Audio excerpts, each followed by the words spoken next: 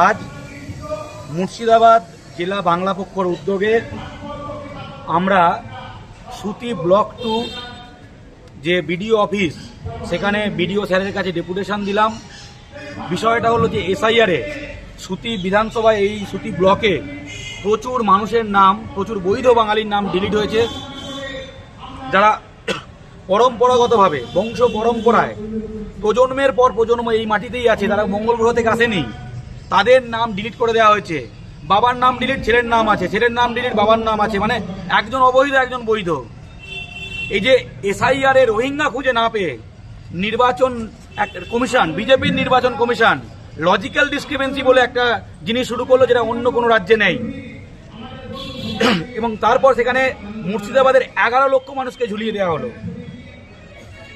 এখানেই 1 লক্ষের বেশি মানুষকে এই সুতি বিধানসভায় ঝুলিয়ে দেওয়া হলো এবং তাদের অনেককে র্যান্ডাম ডিলিট করে দেওয়া হচ্ছে। যারা জুডিশিয়াল অফিসার আছেন তারা কিভাবে করছেন জানি না, তারা বিডিও অফিসার, বিডিওদের থেকে, জয়েন্ট বিডিওদের থেকে, ইআরও বা এইআরওদের থেকে কোনো রকম ফিডব্যাক নিচ্ছেন না। মাইক্রো অবজারভাররা কেন্দ্র নিযুক্ত, বাইরের রাজ্য থেকে আনা বাঙালি বিদ্বেষী, তারা কি করছে আমরা জানি না।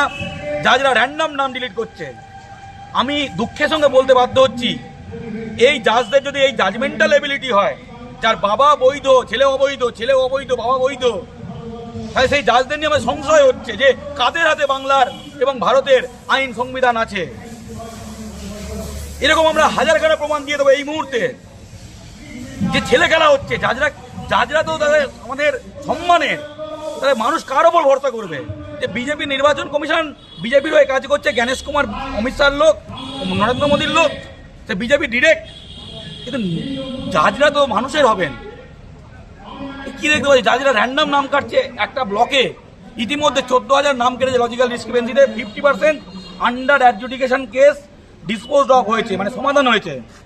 তার মধ্যে 1/3 হ্যাভ বিন ডিলিটেড। ইতিমধ্যে 14,000 ডিলিট হয়ে গেছে, আরো 14,000 ডিলিট হবে।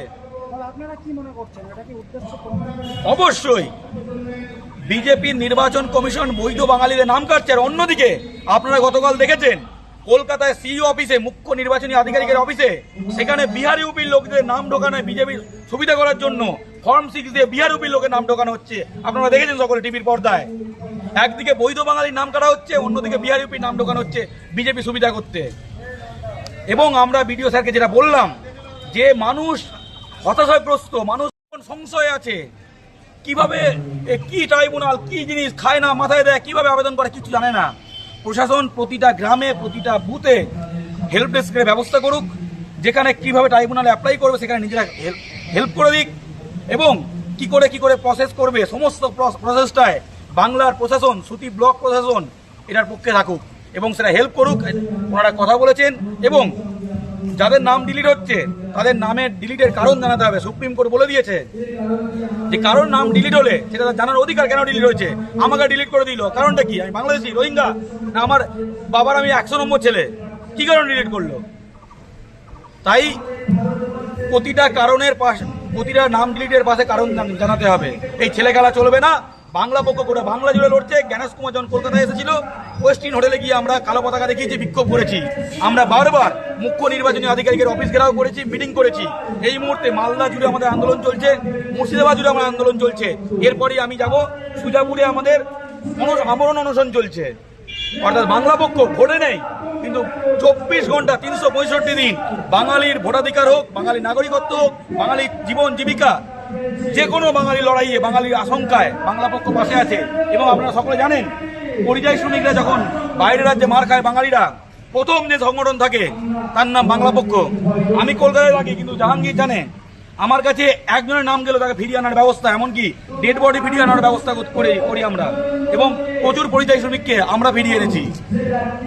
অর্থাৎ মুর্শিদাবাদ হোক, মালদা হোক, ওরা বাংলার বাঙালির বিপদে যে সংগঠনকে চোখ বুঝে বাঙালি পাশে পাবে তার নাম বাংলা পক্ষ। কৌশিক মাইতি, বাংলা পক্ষ সাংগঠনিক সম্পাদক।